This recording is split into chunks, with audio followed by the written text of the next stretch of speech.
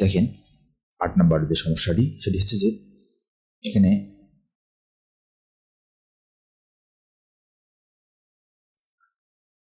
আমাদের দেওয়া আছে 3 to the power m plus 1, এটাই লিখলাম। আর নিচে দেওয়া আছে 3,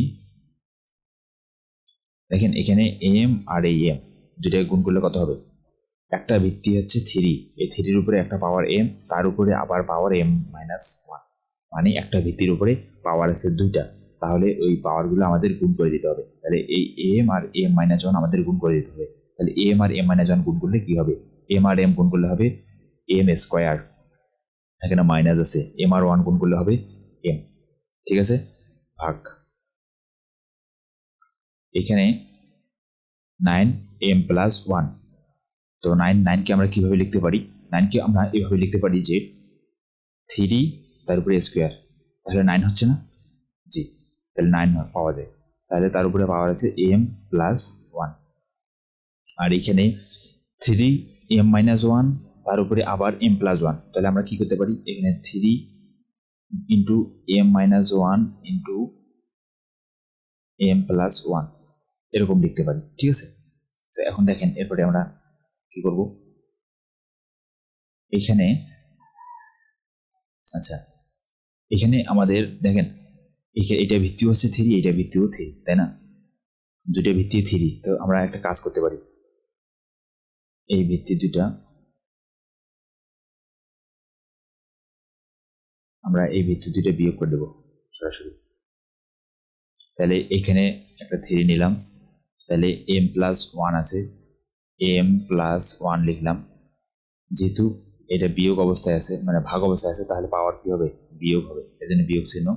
আর এর পাওয়ার কি?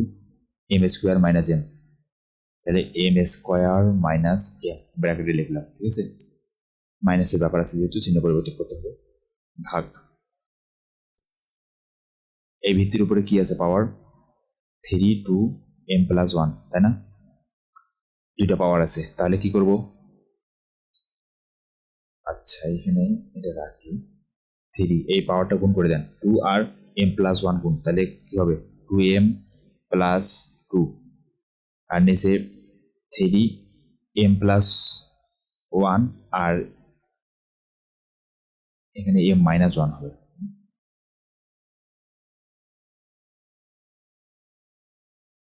m মাইনাস 1 আর m প্লাস 1 দুটো গুণ করলে কি হবে? m square minus 1 square, m square minus 1 square, মানে এটাকে বলতে পারেন a minus b into a plus b। তো a minus b into a plus b সমান কি লেখা যায়? a square minus b square, তো সেই a square minus b square, a মানে হচ্ছে আর b মানে হচ্ছে 1, ঠিক আছে। এখন এরপরে দেখ এখানে 3m প্লাস 1, এখানে মাইনাস আছে, মাইনাস, তারপরে কি m স্কোয়ার আছে, m স্কোয়ার দিলাম, এই মাইনাস আর এই মাইনাস, মাইনাস মাইনাস কি হবে বলেন তো? প্লাস, তাই না? m, তারপরে ভাগ, এইখানে পাওয়ার আছে 3, এখানে পাওয়ার 3, তাহলে একটা লেখেন,